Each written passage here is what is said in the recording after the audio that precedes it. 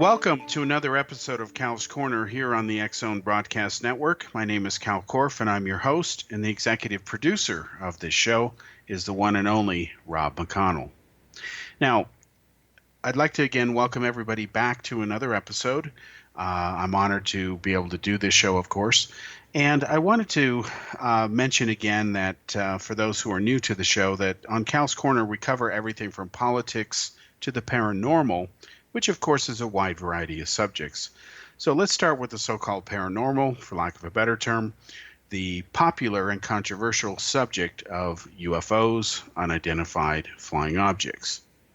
Now, the UFO conspiracy crowd, let's be polite and call them that. These are people who, to be blunt, don't think very critically where it concerns this subject. They have been beside themselves with joy recently because during the last couple of months, information has come out confirming what they have long suspected, which is that the U.S. government has continued to study the subject of unidentified flying objects in secret. And that, of course, is wonderful news to people who are interested in that subject, who have been saying for years, for some of them even decades, that the U.S. government has continued to study the subject ever since it officially closed Project Blue Book, which was the Air Force's more or less public relations exercise to formally study UFO reports that lasted several decades. Now, what I'm going to do is give you the reality check on this so that we separate fact from fiction, because that's also one of the things we like to do on this show. Now, let's talk about the subject of UFOs first. A lot of people are very sloppy in their terminology when they talk about UFOs. We must remember that a UFO is not automatically a flying saucer. In fact, the term UFO simply means unidentified flying object. If you see it, it's flying, and you cannot identify it, regardless of what it really is, you have just had a bona fide UFO sighting.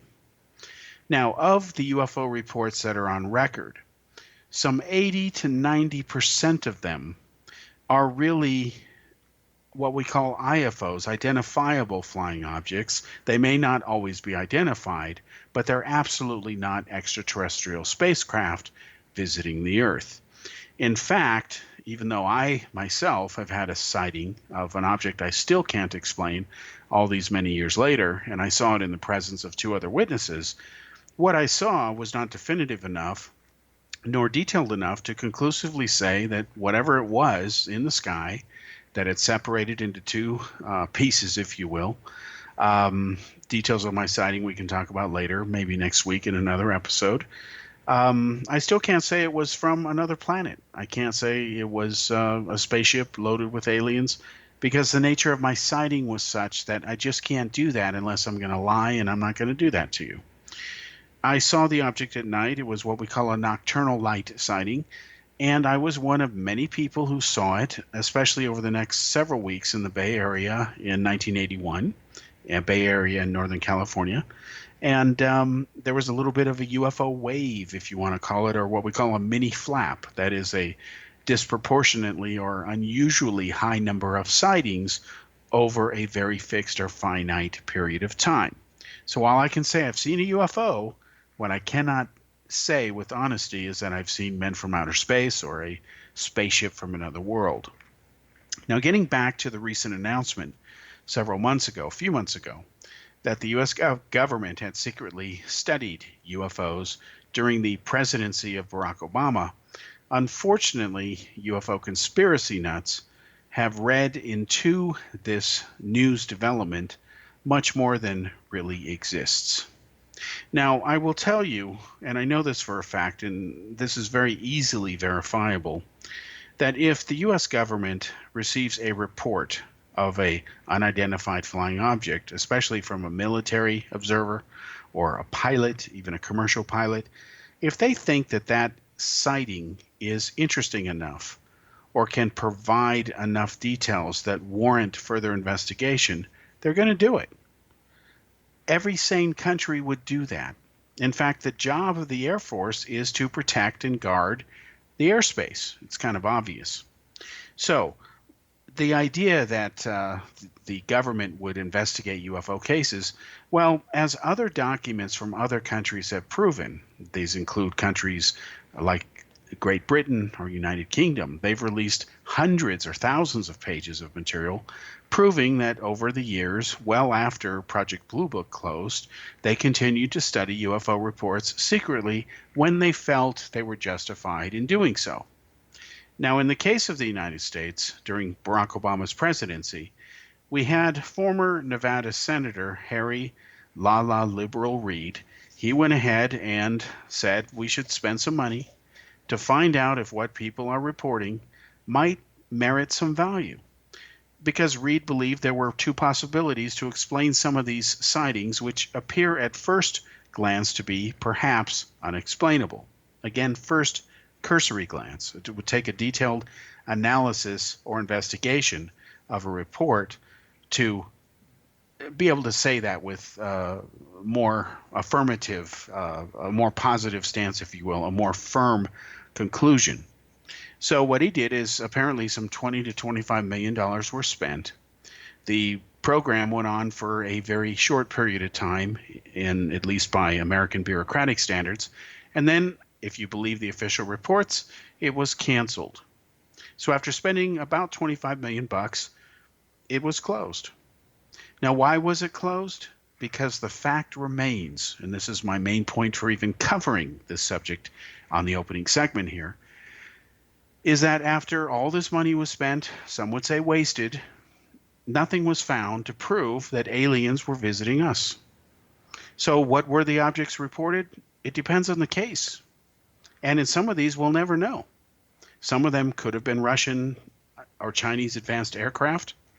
And that was one of the reasons that Harry Reid wanted this done, because if Russia or China has something, new going on, we need to know that as a country, because we are at war with them in certain ways.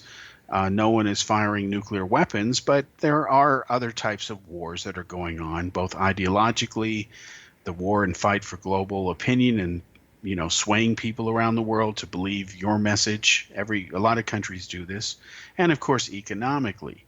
And ever since society has become much more globalized, thanks to things like the internet, the real bullets, if you will, today are pretty much with dollars or economics or whatever currency is being used as ammunition, so to speak.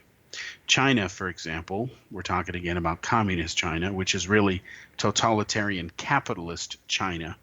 They're going to start buying their oil in their own currency and get off the so-called petrodollars, because the more they can harm the United States, the sooner they can become what they have been shrewdly working for and working on, which is their long march to be the world's only superpower.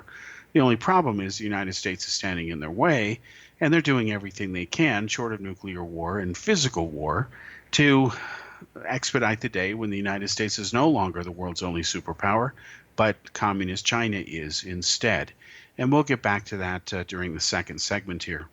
So to go back to the subject of UFOs, yes, it's kind of exciting, I guess, in theory, that the government is poking around again officially in UFO cases or studying them, or at least reports of them. But at the end of the day, what matters is what was found. And what was found? Nothing. Now, when I say nothing, what I mean, again, is a smoking gun proving that aliens from the Pleiades or wherever have been visiting us, and that has not happened. So, if you believe the government, the program was shut down. Nothing to see here, folks. Move along. But this entire development seems to have given new life to the terminal case. It was on its last bottle of oxygen, so to speak, that there was this cosmic Watergate, which is a ridiculous term since Watergate was a political problem. It was not a national security problem. So the very idea of calling it a cosmic Watergate is ridiculous. The metaphor doesn't really fit, but it's widely used. And again, at the end of the day, depending on the case you want to look at in detail, it has been everything from secret aircraft from Russia to China to we don't know. Okay, and just because we don't know doesn't prove it came from outside the Earth. So please don't fall victim to the so-called internet ufologists, those who don't remember the old days, those who don't think about this subject critically. And I'll tell you, I'll be very blunt with you because I tend to be that way. I'm not politically correct. I don't believe in that. If there was ever any, I repeat, any evidence that we were visited by aliens and there was a smoking gun case and we could say, yep, they came from Zeta Ridiculous or wherever, I would be the first to admit that's the truth. I don't have an ego in this. And it wouldn't bother me if my own book exposing the Billy Meyer UFO cult or even the Roswell UFO crash and that whole myth, if those books were ever disproven to where, yes, Roswell involved the secret recovery of an alien spacecraft and Billy Meyer really is having sex or talking to Semyazi, I would be the first to congratulate him and say, please forgive me. I'm sorry. I'm wrong. I take back everything I said and God bless you. And you can hold me to that if those days should ever happen.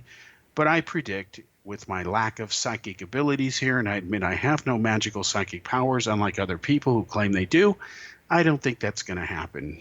Okay? That's my prediction based on logic and facts. No psychic powers needed, especially when you don't have them. So once again, to recap, before we go to the station break here, this whole recently announced government reinvestigation of UFOs is much ado over nothing. They did spend millions of dollars because governments love to do that, especially the United States. It was Harry Reid's brain fart that got the thing going. He was actually genuinely curious over what was being reported, but what came back was nothing from outer space. Okay, we'll be back after the commercial break here on Kal's Corner, and we'll get into communist China and the trade war that's now erupting between the U.S. and China.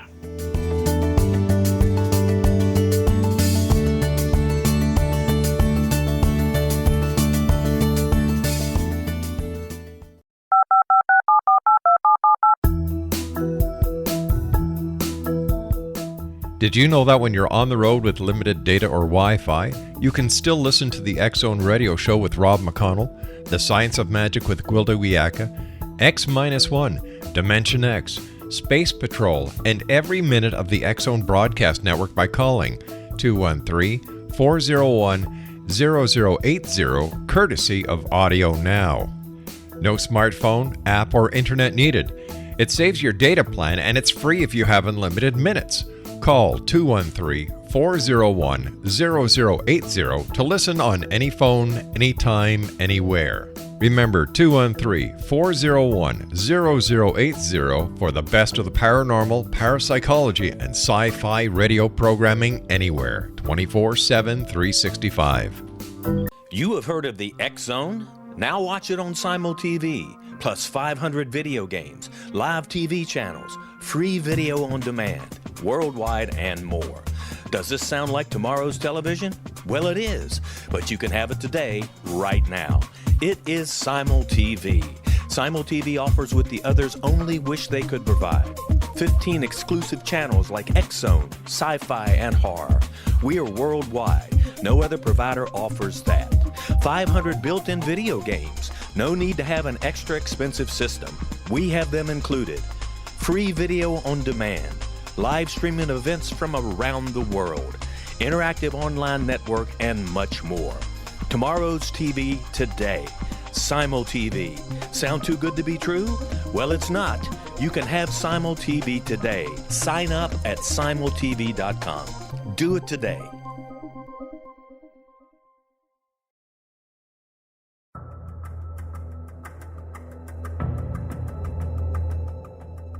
Modern Esoteric, Beyond Our Senses by Brad Olson, consummates the lifology story about where humanity originates. It is the lost continents, the primitive wisdom, the mythos of creation, and the rethinking of ancient history as we are taught in academia. There is much more to the story than what we have been told. As this is the first book in the Esoteric series, Modern Esoteric starts at the beginning of time and accelerates up to this modern age. Future Esoteric is book 2 in the series and takes a forward-looking position ahead of today with an open and honest examination of the ET issue and various unexplained phenomena. To discover the writings of author Brad Olson, visit www.bradolson.com. That's www.bradolson.com. Welcome back to segment 2 here on Cal's Corner Radio Show. My name is Kal Korff, and I'm your host, and the executive producer of the show, once again, is the one and only Rob McConnell. So, folks, we talked about UFOs and the non-event there. Let's now switch to something much more grounded in reality here, something that is going to affect consumers around the world, depending on how this plays out.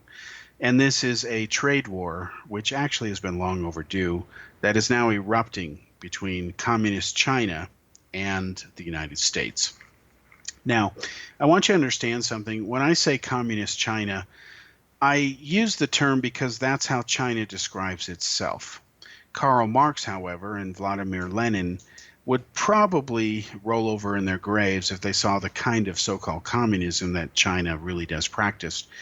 In reality, there never has been a true communist country. It's never happened. It's never going to happen because it doesn't work. It can't work. Communism is responsible for killing more people, especially last century, than any other political system, and that's a fact. A lot of people think that the former Nazi dictator Adolf Hitler was one of the greatest mass murderers of all time. You're right to think that, but you have to put it in perspective, because Joseph Stalin, who was the communist dictator of the former USSR, or the leader of Russia, he murdered a lot more people, more than twice as many, than Adolf Hitler did. In fact, he murdered more people than all of the people who died in World War II. And that would include people the Japanese murdered. And, of course, people who died that we killed, as in the Americans when we dropped atomic bombs and things like that on Japan. So the greatest mass murderers in modern history have been the communists. And, you know, today, in today's world, you have these left-wing liberals, self-proclaimed progressives, who are really regressives because they don't understand the realities of some of these issues. They live in their own ivory towers. They're certainly not like the progressives that I grew up with, in the 60s and the 70s, when you could actually halfway reason with them. They were right about the Vietnam War, for example, that we shouldn't have been there, meaning the United States, and should have never fought that war. But you fast forward to today, the so-called millennial generations with their smartphones, and the most exercise they get every day is just working their thumbs on their touchscreens. And it's amazing that they have become very intolerant and regressive. Now, regressive means you're intolerant. You don't tolerate other people's views. Hillary Clinton, for example, is a good example of this.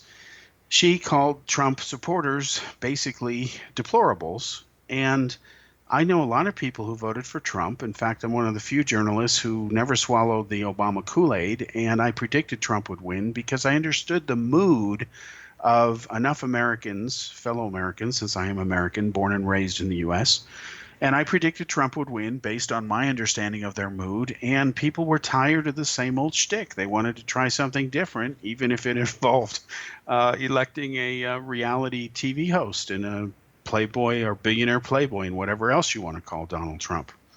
So now that he's president, things, of course, haven't gone as people expected. That's both good and bad, depending on the subject. And now Trump is taking on an issue which a lot of people have known about but did nothing about for too long, and that is dealing with China.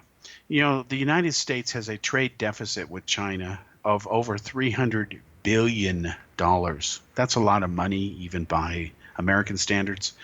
Why is it that way? It's that way because no politicians bothered to do anything to stop China and to balance that out when they could have and should have years ago. In fact, I'll be very blunt with you.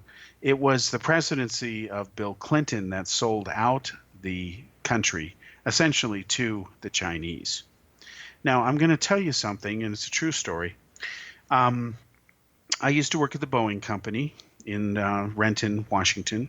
I lived in, of course, the Puget Sound area for a couple of years. And after I left Boeing, I went to Europe and lived there for 10 years. And I remember very clearly one day being in Fred Meyer Market, and I ran into some friends who worked at Boeing, and they didn't work in my department. They worked in a different department. So we ran into each other. And this couple who worked at Boeing had left the company.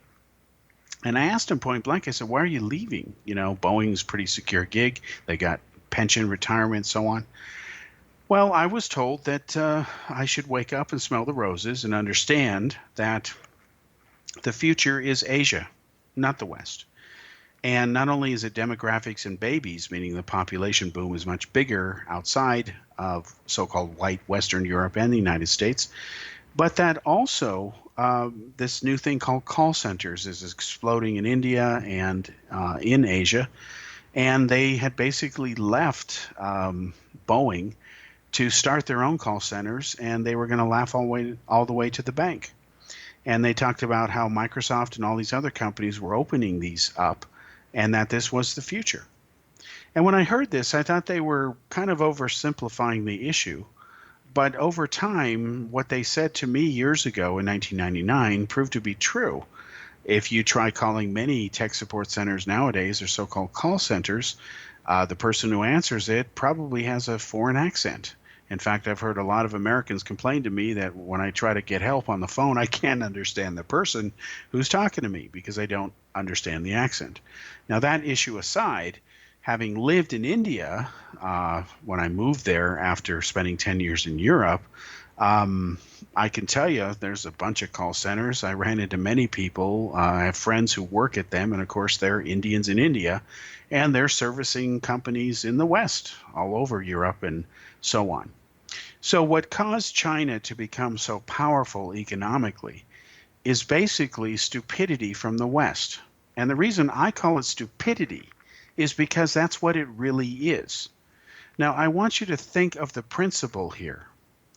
When you pay an enemy to destroy you, you are redefining the concept of pure stupidity. Now, let's think this through for a moment and talk about this, because if you don't get your head around this, there's no point in continuing this segment. And of course, we're going to do that. Imagine that you are a communist country. Chairman Mao murdered more people than Stalin did. You can look that up. In fact, if you go to Guinness Book of World Records, you will see in this order, the greatest mass murderer in history was Chairman Mao, Joseph Stalin, Genghis Khan, Hitler's fourth or fifth, depending on how you do the math. And you have a country that after Mao finally died, and thankfully he died, I have no wish to see a mass murderer live, they made a huge change in China, especially after they saw, much to their horror, the former comrade country, Russia, the USSR, implode because of their economic stupidity. China decided to become a totalitarian, capitalistic society. And what I keep hearing from naive Americans who consider themselves to be liberals and progressives is how, wonderful China is. But yet none of these people will go live there and actually tell you how it is, or try to get on a blog or start a Facebook page, because Facebook isn't allowed over there. Google isn't allowed over there. Well, those companies are not allowed there because that would blow holes in the censorship and the repressiveness of the Communist Party and its newly minted or sanctioned dictator, Xi Jinping. You must remember that recently they changed their own constitution so that this dictator can run for as long as he wants to, as well as his successor, the so-called president or vice president of China. So what's happening is that they have legally, according to their system, changed the constitution so that Xi Jinping is now dictator for as long as he wants a job, or until somebody overthrows him. And the reason they've done that is because he wants to live and stay long enough in power to execute both what they call their 2020 plan, that's not my name for it, as well as their 2050 plan. And this is why the things are happening now between China and Trump, because Jinping had to go ahead and get this mandate to stay in power forever, much in the same way that Putin has won re-election in Russia. So he's going to go out on top. He's got, he doesn't have the rest of his life to run unless they change the constitution. But in China, that's what's going on. So what China has done is the Chinese leaders were smart enough after Chairman Mao died and after they saw Russia implode to say, well, we need to do it differently or we're going to join them. So what did they do? They started contacting the West and saying, look, we can build your stuff cheaper than anybody. And you can then really laugh all the way to the bank with those profits. And greedy companies who don't care about human rights, they don't care about the quality of work standards, signed up faster than you could measure it. And all these years later, what China has done is they've taken all this money that Western countries have paid them to build their stuff cheaply. And with that cash, China has modernized its infrastructure. In many places, they have built up their military. So if you look at the dynamics of that, imagine that you and I are enemies. I want to destroy you. And what I'm going to do is take money from you so that I can put all the pieces in place so that one day I do destroy you. Whether it's with my military or my technology or my money, you're not going to be around anymore. I'm going to be the king of the hill. And that's exactly what China is doing. So Jinping has been one of the key architects of this to fast track it compared to his predecessors. It also takes time to do all this stuff. China has a lot of people in it. And after this break here, what we'll do is give you the short version of what they're planning, and then we'll end the show with our tribute to the late Dr. Stephen Hawking. We'll be back after this break.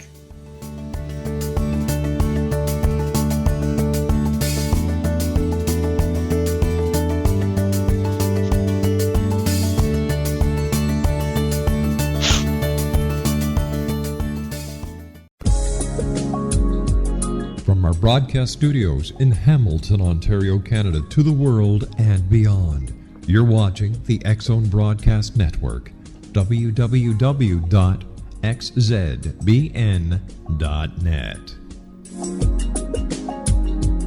AVS Media Den.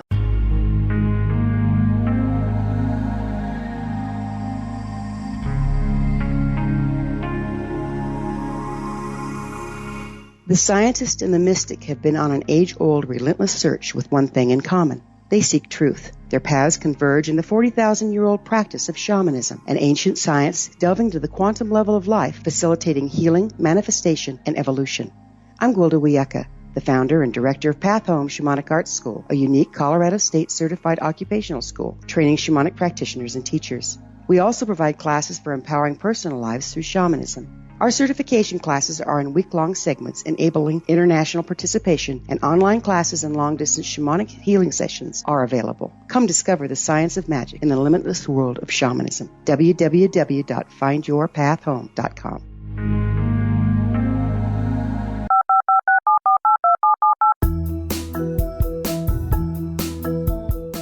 Did you know that when you're on the road with limited data or Wi-Fi, you can still listen to the X-Zone Radio Show with Rob McConnell, The Science of Magic with Gwilda Wiyaka, X-1, Dimension X, Space Patrol, and every minute of the X-Zone Broadcast Network by calling 213-401-0080, courtesy of Audio Now. No smartphone, app, or internet needed. It saves your data plan and it's free if you have unlimited minutes. Call 213-401-0080 to listen on any phone, anytime, anywhere. Remember 213-401-0080 for the best of the paranormal, parapsychology, and sci-fi radio programming anywhere, 24/7, 365.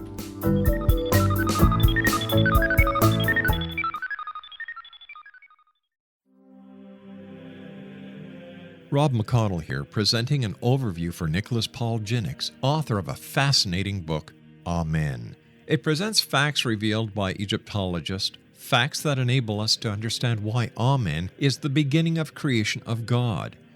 It provides recommendations for religious leaders of the major religions to unify their beliefs and teach the Word of God.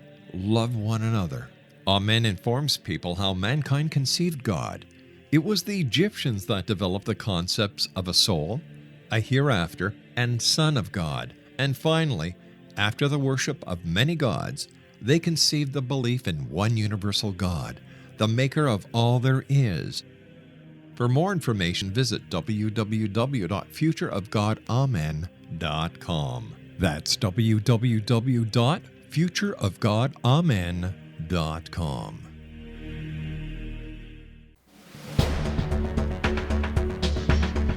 Welcome back to the third segment now of Kal's Corner radio show here on the X-Zone Broadcast Network. My name is Kal Korff, and I'm your host. And once again, the executive producer is Rob McConnell.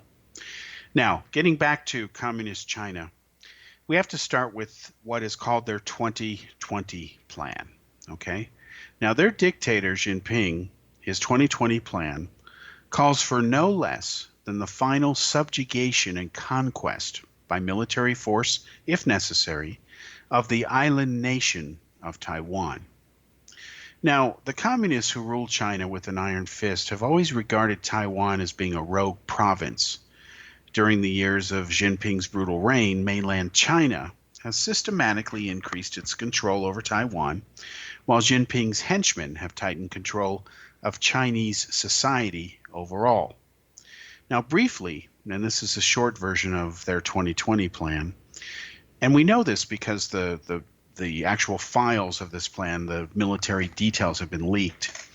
As many as 500,000 military troops, according to their 2020 plan, will invade Taiwan, attacking it on at least 16 different points. Now, Taiwan, of course, is an island.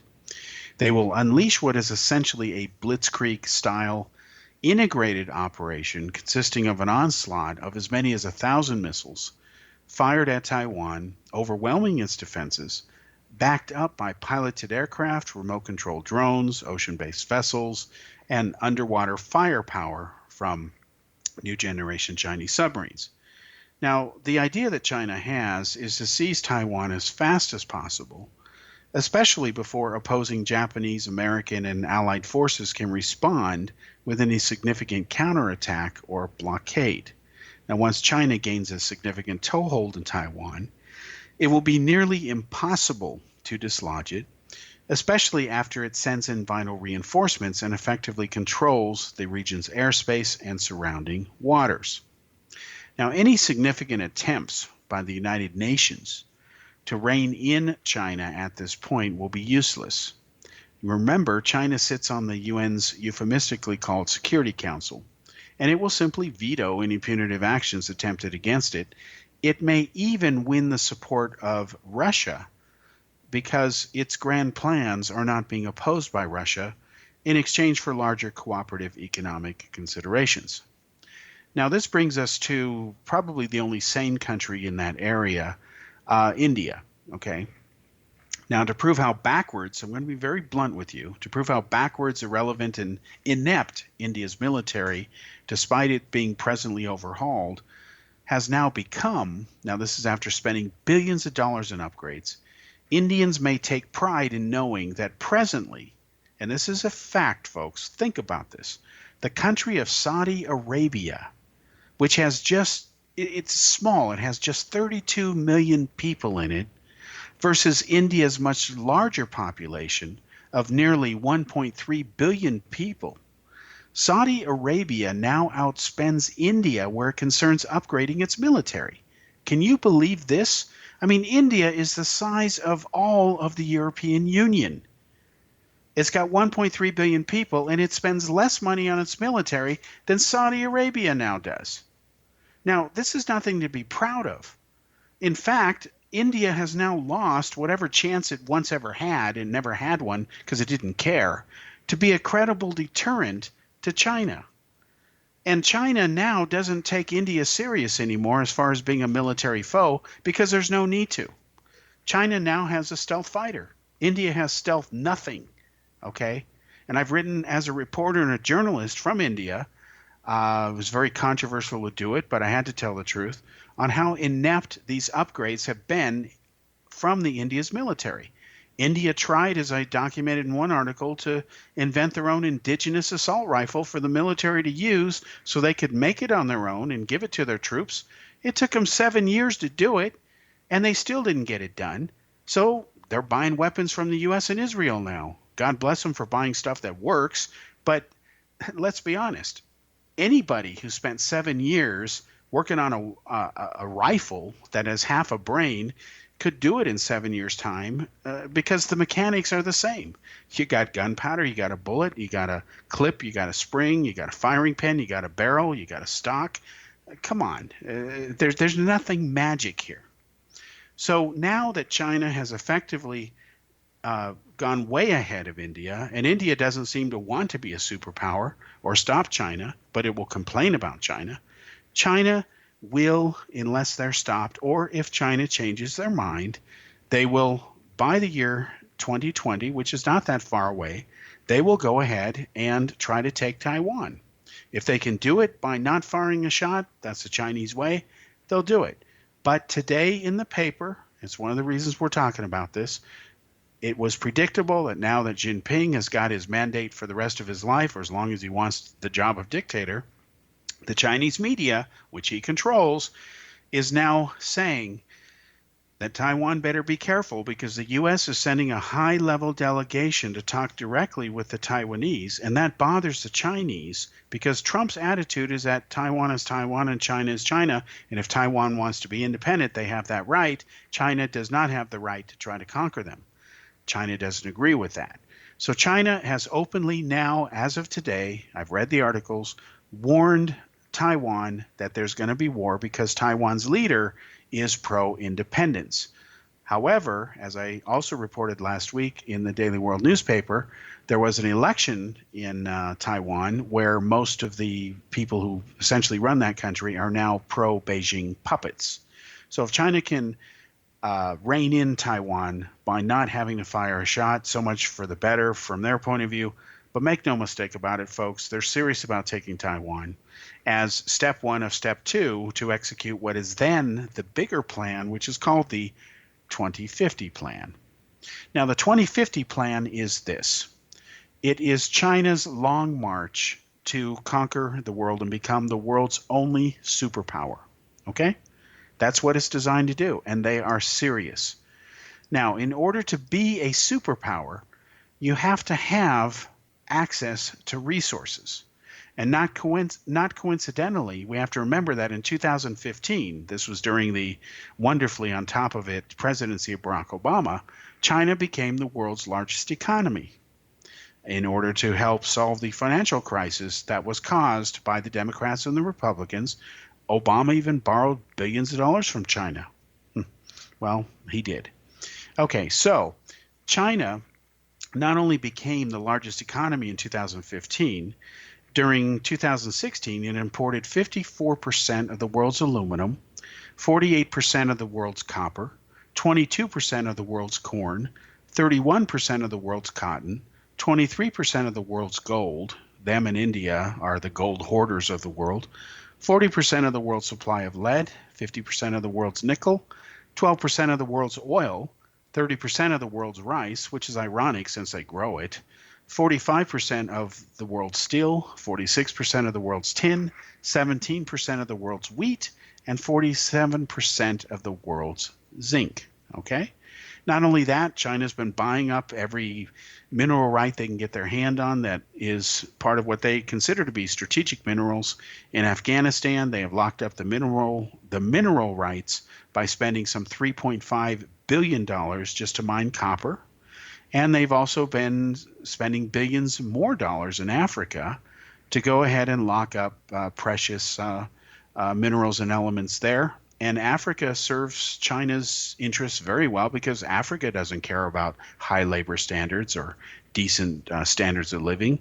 Where would Africa be today, let's be blunt, if there was no contact with the West ever in history? Well, they wouldn't be industrialized, at least it seems to be that way. So in Africa, China has already spent $100 billion investing in infrastructure projects and mining operations. And what they do is they then get all that raw stuff, they make cheap goods, and then they sell them back to Africa or they give them back to Africa. Again, you gotta love the business model that these totalitarian capitalists are doing. Now, one of the key main tentpole projects that China is doing is called their New Silk Road, or what they call the Maritime Silk Road. There's two different routes.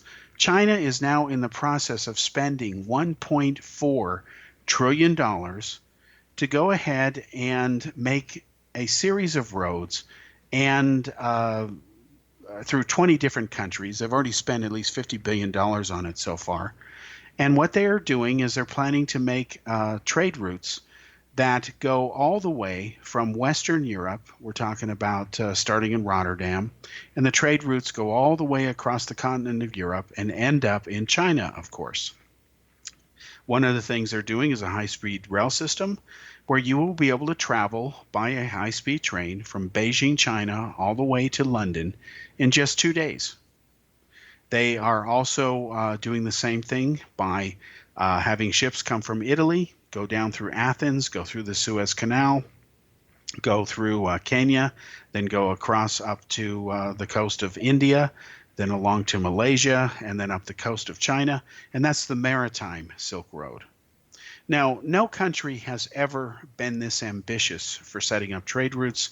China is doing it, just like they're building all the infrastructure in Pakistan. Otherwise, Pakistan would have even less than it does now. They control not only entire ports, they're literally building rail lines and superhighways that go from Afghanistan and Pakistan all the way to Beijing. And that's going to give China control of so much minerals and wealth that economically, who's going to stop them? The only way they're going to be stopped is if the West unites against China and tries to contain it, but they're not going to do it because at the end of the day, companies are greedy. They don't mind slave labor as long as it's in someone else's country, so they're not legally liable. They want to make their goods cheap so that they maximize profits. And of course, we've seen that there are more billionaires now, and the elite control most of the wealth in this world to levels never seen before in human history. There's nothing positive in that. In fact, it's outright shameful, and it is guaranteed to implode at one point. We'll be back after the commercial break, and then we'll talk about Dr. Stephen Hawking. You have heard of the X Zone? Now watch it on Simul TV, plus 500 video games, live TV channels, free video on demand, worldwide, and more. Does this sound like tomorrow's television? Well, it is, but you can have it today, right now. It is Simul TV. Simul TV offers what the others only wish they could provide. 15 exclusive channels like X Zone, sci-fi, and horror.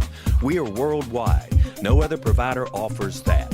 500 built-in video games. No need to have an extra expensive system. We have them included. Free video on demand. Live streaming events from around the world.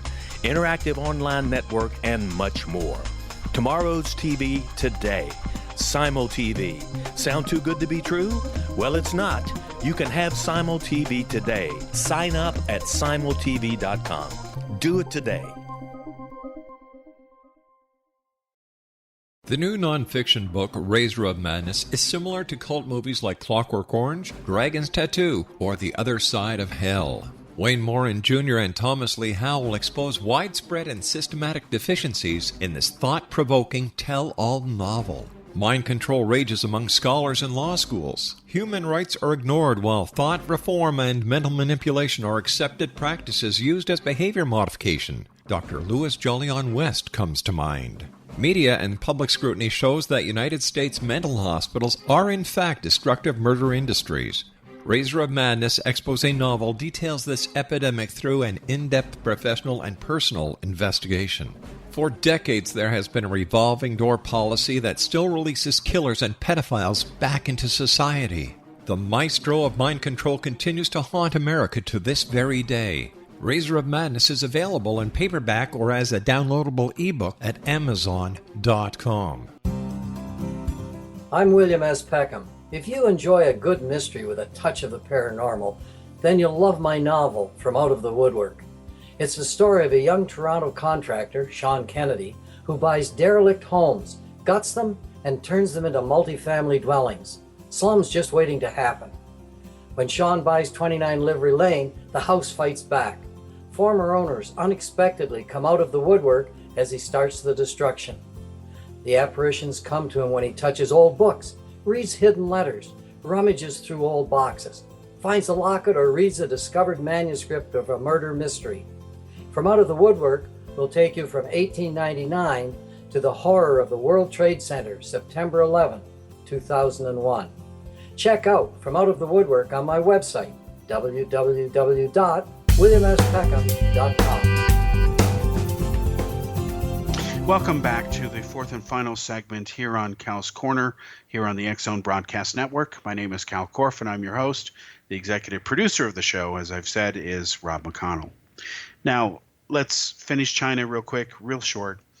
Today, as I broadcast this, about 1% of the elite control a little over half the planet's wealth. In the United States alone last year, the latest statistics that I have as of today is that 17,000 more people became millionaires. I wasn't one of the 17,000. Neither was anybody I know.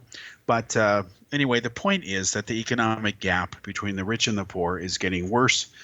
And the middle class continues to shrink all over many countries. And that is a recipe for guaranteed disaster. So things cannot continue the way they are. But I predict, with the absence of my psychic powers, that things will get a lot worse before they get better. And it's unfortunate that human history tends to be that way. It seems like humans are more reactive than proactive. Look at the number of times that World War II could have been avoided if somebody had only bothered to stop Hitler. But no, we had to go for the stupid, ridiculous view of peace in our time, which was, it wasn't. It led to World War II because it was too late to stop Hitler. So finally, when they had no choice, the Western powers got off their butts and finally did something. And as a result of that, a lot more people died that would have been alive if people had only done the right thing from day one. And it's going to happen the same thing here. And economics, if economic wars, and if they're not handled right, do kill people. All right, let's switch to another subject. This is the passing of the scientific legend, if you will, Dr. Stephen Hawking. I'm going to tell you at least my perspective on it. Now, I found out about Stephen Hawking's death when an alert came to my iPhone from the Center for Inquiry in Pakistan. Now, the Center for Inquiry used to be known by other acronyms such as CSICOP, the Committee for the Scientific Investigation of Claims of the Paranormal. I support that organization 100%. I'm honored that I've had books published by a publishing arm associated with them, Prometheus Books, because they publish nonfiction exposés of paranormal nonsense. And we do need critical thinking in this world, especially more so today than ever before. If you don't think critically, you're doomed. That's my view. So I got this alert from Pakistan, of all places. Now this, to me, is evidence of how globally connected the world has become, because I got this alert on my iPhone from my friend Mohammed Idris. He posted on his social media page that Stephen Hawking had died. And let me tell you what he wrote. I'll read it here. He said, "Rest in peace, Stephen Hawking. No words to explain your great work you've done for humanity." And he's right, okay? Now, after I digested the shock of Hawking dying, shock meaning it's always a shock when someone you admire does die. I'm surprised he lived as long as he did, considering his medical conditions, which were terminal. He was originally diagnosed to live only 3 years when doctors diagnosed his condition, which is essentially Lou Gehrig's disease. I found it ironic that this message should come from Pakistan because it didn't come from the New York Times. Pakistan beat them to it. And I know about Pakistan because of having lived in India. A lot of India's problems are caused by Pakistan, combined with Indian politicians refusing to do anything about putting Pakistan in their place and solving those problems and making Pakistan pay the price for supporting terrorism and murdering innocent people. A lot of people don't know this because it doesn't make the news, folks, but I'm not exaggerating. It is common in a single year in India for hundreds, at least one incident a day, where Pakistan will fire mortar shells or artillery across the borders into India, hoping to kill innocent people. And it's such a common occurrence that even the Indian press doesn't cover it on a regular basis. Shame on them. Even more shame on the politicians who just refuse to act like Israel does. Israel, when rockets are fired at it or it's attacked, they will hunt the offenders down and get rid of them. And that's what you have to do. But India's a coward where it concerns that issue. That's always been my opinion, because I've seen the effects of what happens when they don't do anything. And of course, the rare occasion when they do go across the border and eliminate the source of the attack.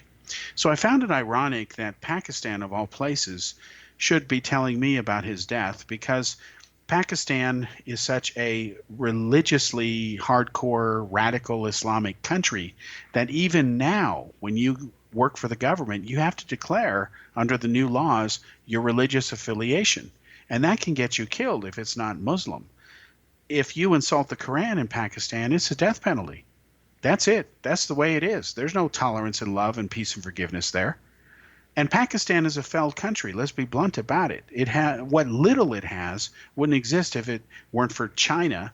And China is only interested in propping up Pakistan to extract from it what it can. Plus, it uses Pakistan as a belligerent factor to poke India in the eye, the same way it uses North Korea to mess with the United States and Japan. They're called proxy countries.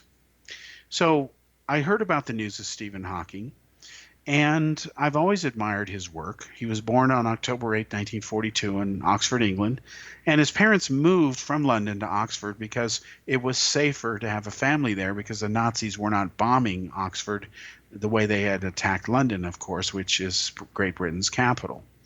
Now, Hawking has parallels to another scientific great, Albert Einstein, in that they were both a bit rebellious in their youth. And in Einstein's case, for example, the teachers blew him off as somebody who wasn't fit for higher education. But yet in his mid-20s, Albert Einstein had figured out the theory of relativity in his spare time while working in a Swiss patent clerk office capacity, and then won a Nobel Prize. So Einstein peaked in his mid-20s. In the case of Stephen Hawking, at the age of 21, his life would change, because he was then diagnosed with a terminal neuronic disease, what we call Lou Gehrig's disease is a common nickname. And the medical experts gave him just about 3 to 4 years to live. That's it. He became very focused at that point, much more serious. But Hawking proved that the experts were wrong, because he would go on to make their prediction wrong, as in disprove it, by living another 52 years after he was originally diagnosed. And what's interesting and rather just one of those interesting, call it a coincidence or a parallel, if you will, since science doesn't really believe in coincidences. Instead, it's cause and effect. Stephen Hawking died at age 76, the same age that Einstein died. Okay? In fact, he died the same day that Einstein was born, on March 14th. That's rather interesting, too. What are the odds? Now, what I want to talk about with Dr. Stephen Hawking, I'm not going to rehash what he claimed about black body radiation, black holes, things like that. You can Google that. I have nothing new or original to add about that. I'm nowhere near an expert on them that he certainly was. But what I do want to talk about is what I noticed about him in the last few years, because the media has kind of softballed the issue, and I think that that's an injustice. I will tell you that over the last few years, after admitting his original so-called scientific breakthrough was wrong on black holes, Stephen Hawking began to make predictions that were rather a mixture of science and, to be blunt, pseudoscience. These weren't his finest moments. And this still makes him an incredibly great man, much more smarter than most people will ever be. And of course, I have to throw myself in that mix, meaning he's much smarter than I'll ever be, of course. But I have to say that I can disprove some things he said from this point of view, and let me explain it here. Stephen Hawking had written some material that he claimed disproved or showed evidence that God does not exist. Well, it didn't do any such thing. You can't prove a negative. That's a key rule in science. So while he presented evidence that there was nothing magical or godlike, for lack of a better term, for the creation of the universe, there's one issue that science still can't solve out of many, and that is, how did all of this stuff magically know how to put itself together if it wasn't designed or planned, and it all just works and counterbalances each other. Okay?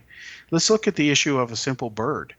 Birds eat fruit and they digest the seeds. They fly away, and when they excrement on the soil, the seeds go out of their body, and that's how one way that trees spread over a geographic area.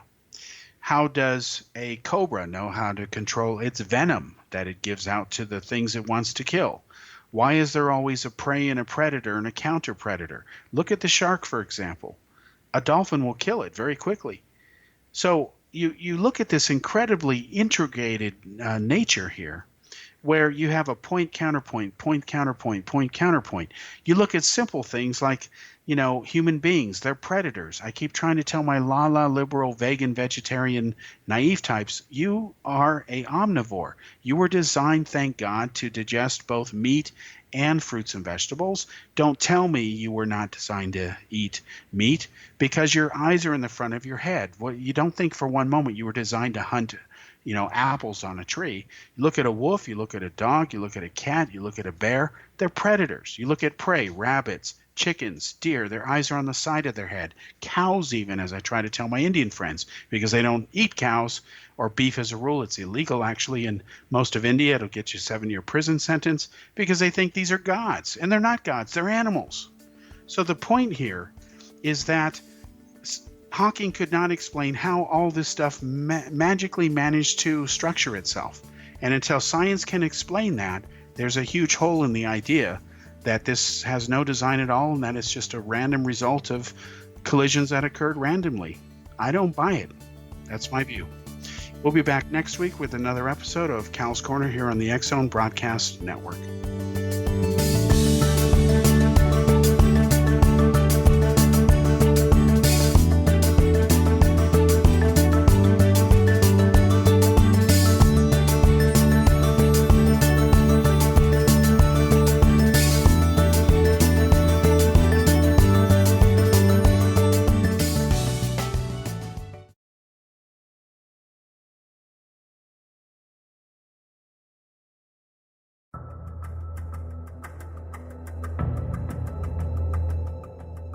Modern Esoteric, Beyond Our Senses by Brad Olson, consummates the lifeology story about where humanity originates.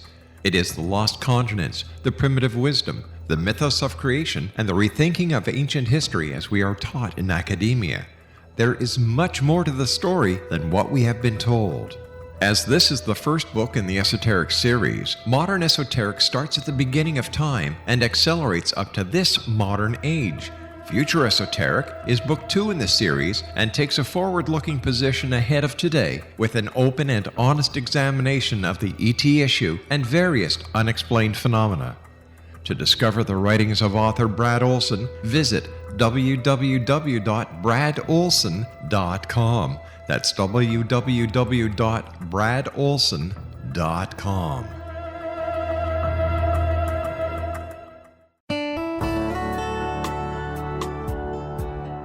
Are you or is someone you know struggling with addictions, depression, anxiety, relationships, low self-esteem, lack of confidence, grief, success, and prosperity? Do you know that your subconscious belief plays a big role in the outcome of your hard work? We can help you permanently change the beliefs that may be the reason for your struggles and failures. We care about getting you the return on your investment and the results you are looking for. We can help you be free of the limitations of your past and in realizing your highest potential. We work with people by phone and Skype. For more information, visit us at www.ritasoman.com. That's www.ritasoman.com.